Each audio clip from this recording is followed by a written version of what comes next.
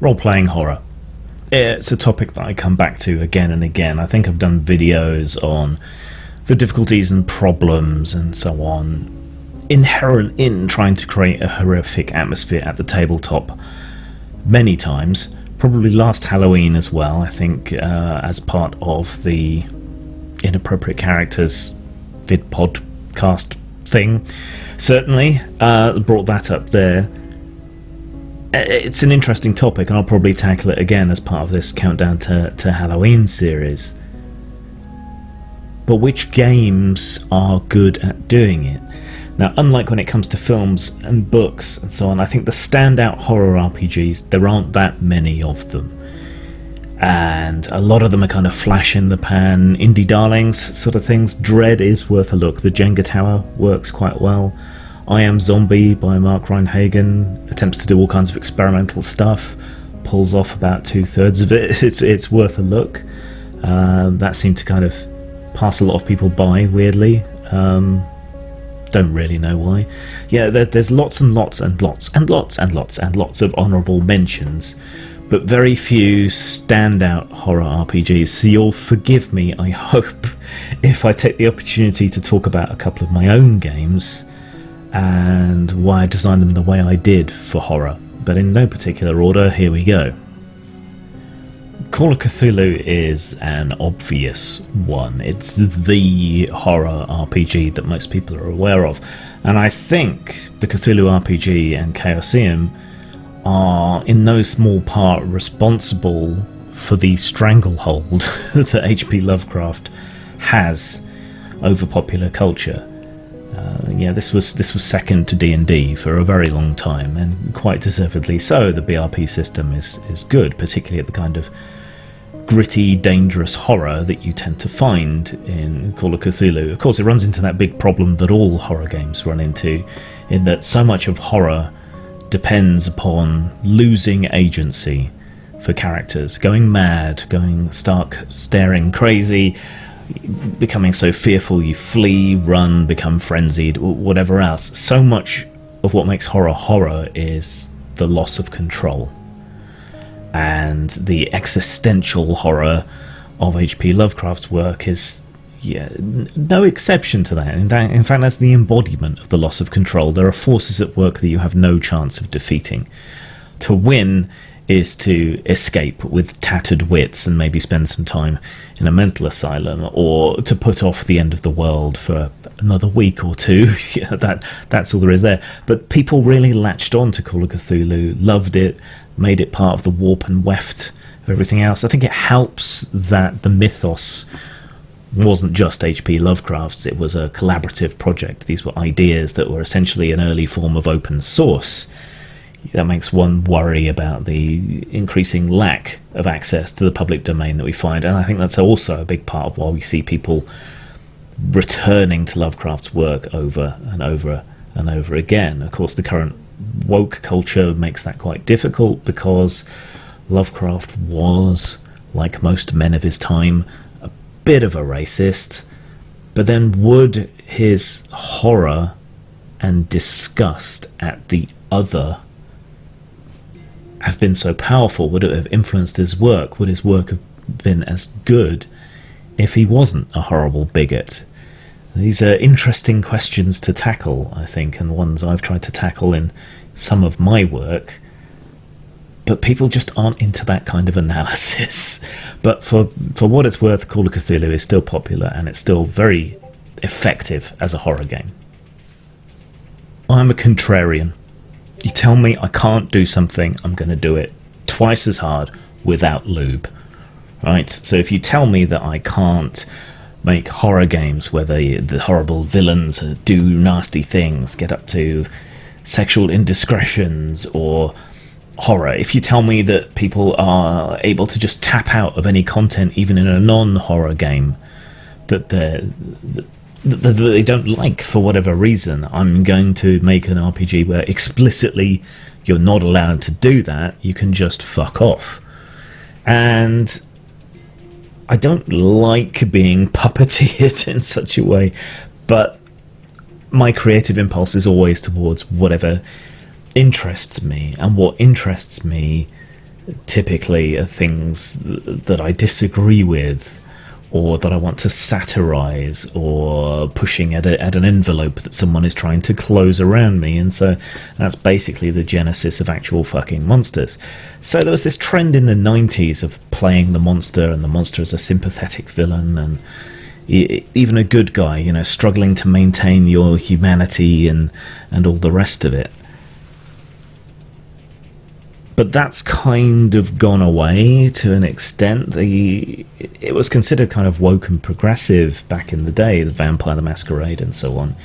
These days, even retreading the same material is seen as horrendous and an assault on political correctness, and we've got these consent sheets you have to fill out and all the rest of it. But horror, as I've said many, many times, is often about that loss of control. So I decided to make a game about playing monsters, but not playing humanitarian Angel from Buffy type monsters, but actual horrible monsters with horrible urges that do horrible things. Much more Nightbreed, a lot less Forever Night, right? Because the creatures in Nightbreed, you know, they have their codes and stuff, and they try to hide away, but it's humans are monsters to them. And they're not striving to retain or hold on to their humanity, whatever some people might be reading into it. But the point of that book to me was that humans can be as bad or worse monsters as actual monsters. But the actual monsters were still monsters. They were still doing things like cannibalism and hunting people down and killing them and all the rest of it, because that's their urge, because that's who and what they are. And they indulge that, and they allow it to take form and to take flight. So that's what I wanted to do here. This is a game in which you're on an inevitable downward spiral to death. You're driven by your hungers. You can't deny them forever, or even for very long at all. And every time you indulge them, you're creating problems for yourself in the future.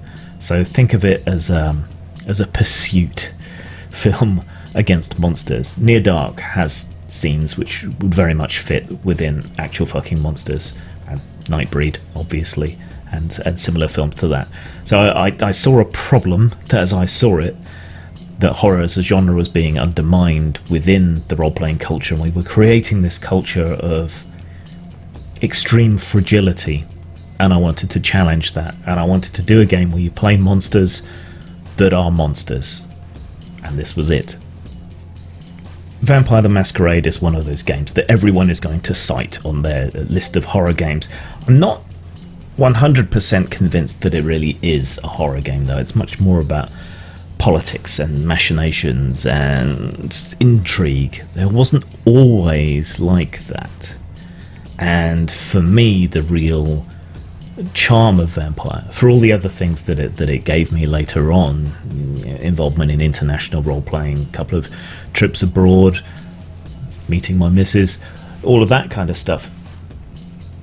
Yeah, that's all great, obviously, but there was just something special right from the get-go with Vampire. It wasn't by any means the first horror game, or even the first horror game where you play a sympathetic monster. You know, this is pretty much the opposite of actual fucking monsters when it comes to that. But the presentation, the seriousness with which it took itself, the care with which it was presented, the emphasis upon storytelling, though it's become tainted later on. You know, this was all new, particularly the graphical presentation. Most books you would expect some kind of really busy front scene and overwrought text and so on. Vampire, green marble, red rose, simple, striking, stood out on the shelf. You know, and that's how I discovered it. The very day it had come into the country. And I picked it up, and I read it on the train back. It took me about 45 minutes, I guess, and we played it that evening. And there was something visceral about the die pools, and just the goth resurgence at the time. It was a role-playing game that was cool. Yeah, that was new. you may not know it looking around today, seeing all people all over the place playing D&D and, you know, movie stars and so on admitting to it. Back then, the idea that you could be into role-playing and be cool That was rather different, even though I'd been involved in the periphery of things like that, the heavy metal and goth scene already. It was Vampire that really helped that take flight, weirdly enough. And those early games were really tightly focused in on the struggle with humanity, the need to feed, the threat of this larger presence, the Camarilla or whatever else. A lot of it was undefined, so there was a lot of room to make up your own ideas and bring in other things. And that had a special, intimate charm to the kind of games that it produced. That went away later on, and the whole politicking and all the rest of it is fun too. But that very sort of centre, that nugget, that core of the original game was what gave it its initial appeal, at least for me. Unfortunately, it then became a sort of formula for White Wolf games and ended up being applied where perhaps it wasn't such a good idea, the whole sort of clans, hierarchies, whatever. Wraith would have been much better focused on being the same kind of personal game that Vampire originally was. But instead it seemed to get turned into something other, something else that didn't really feel like ghost stories anymore. It's unfortunate. The new editions, I don't know. I don't know what to make of it all. I'm glad they went back to the sort of original concept, the original ideas and so on, because those were gold. But the presentation somehow this time around doesn't work for me. And it's obvious that the social context is different and that they don't have the balls to follow through on what they seem to be trying to do, or to fight back against the kind of people who are casting aspersions about how they're making the new game, what they're including and so on, which isn't any different really to how things were back in the 90s, but it's no longer acceptable. And that's a good metric of just how much things have changed and crept. But it's still a good game, still worth a game. Blood, the role-playing game of modern horror. Now this is technically one of mine, but I actually got the license from the people who originally wrote it. I'm still cutting them PayPal checks every now and again, because I loved this game so much. And I eventually managed to track them down and ask them for permission to do a new edition. I mean, they're not making a huge amount of money off me, but I'm not making a huge amount of money off it either. So I basically worked a second edition. But that first edition, a big, fairly thin book, was just chock full of critical hit tables and all sorts of things that shouldn't have worked. It was a very ramshackle sort of game. A lot of stuff wasn't particularly well stated or easy to understand, but it worked, and it worked really well for the kinds of horror games that I was doing at the time, which was much more splatterpunky or survival horror, that sort of thing. We ran many successful zombie apocalypse games using blood, and it wore its influences on its sleeve. Evil Dead analogues can be found in there, Hellraiser analogues can be found in there, Cenobites, all sorts of things. And the scenario in there could easily be a B-movie. It's got cannibalism and a sort of possession and military checkpoints and so on, and a couple of other things in there. So it just worked really well for us in a way that made me enthusiastic to run horror of that kind of disgust and gore and splatterpunk, like I said, and it just worked fantastically for that. At least for me. So that's why I wanted to kind of resurrect it and bring it back. I do have a third edition at a very preliminary stage of being developed with much more simplified, more accessible rules, but I still want to keep that essence of it, and that is it's a gritty game, but it's much more modern than, say, Call of Cthulhu. And even though Call of Cthulhu has a modern setting, it's not suited to this kind of slasher, chainsaw murderer, zombie devouring sort of game. So for splatterpunk, blood is amazeballs, and that's why I pursued the license and created a second edition, because of my raw enthusiasm for the original game. SLA Industries. Is it a horror game? I'm of the opinion that it is, and for a brief period I was the line developer for SLA Industries. Not that I ever really got to do anything with it, unfortunately. No money or direction was to be found while I was holding that position.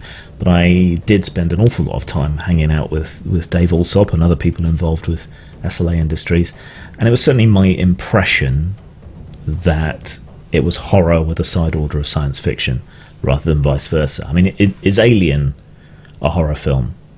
I would say yes. It's also a science fiction film. You know, there's a few other examples, few as well executed, perhaps, as Alien, but there are examples. So to me, SLA Industries is a horror game. It's a dystopian future that's cyberpunk-ish, but not so much cyber. It's more biopunk. I mean, the currency in the game, right? The main currency is called credits, but they are just credit. You're not buying anything, you're leasing stuff from the company. That's pretty fucking dystopian, and it's pretty fucking close to real life as well, while we're at it. It's full of unemployed people, which kind of harks back to Judge Dredd, who basically have nothing to do but subsist. And there's murderers, people are packed cheek by jowl, there are genuine, real monsters lurking in the shadows, there's strange shit going on, there's terrorism, there's serial killers, there's things that defy explanation, you know, weird ghostly and psychic powers and all kinds of other oddities, right? But for me, at core, it is a horror dystopia, and originally it felt a lot more like a satire on Thatcher's Britain, the whole yuppies, the go-getters, you know, money, wealth and fame at the expense of all else. And we're kind of going through that again with social media influencers and so on. And there is a new edition that just wrapped on Kickstarter, which I backed for far too much money that I shouldn't have, but I wanted to support the guys. And I'm hoping that they have made it satirical to an extent for today, in the same way that the old edition was for like the dying croaks of Thatcherism. I'm hoping they've got some of that same wicked eye, and I'm also hoping that they've ramped up the horror factor a bit more. I think they have. Some of the stuff that I did work on before I had a falling out with one of the developers was things like the scavs, some ideas for the conflict societies, ideas for the carrion, and the idea of the dream, which was developed through Cannibal Sector 1, which I mostly wrote.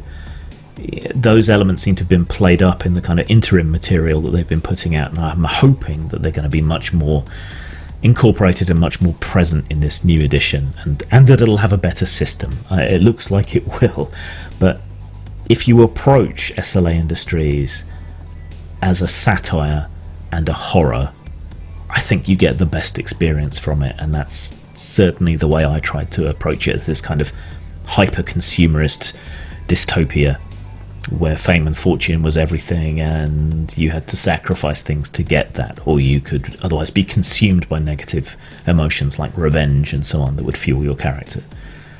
So I count it as a horror game. I think it's a good one, and I can't wait for the new edition.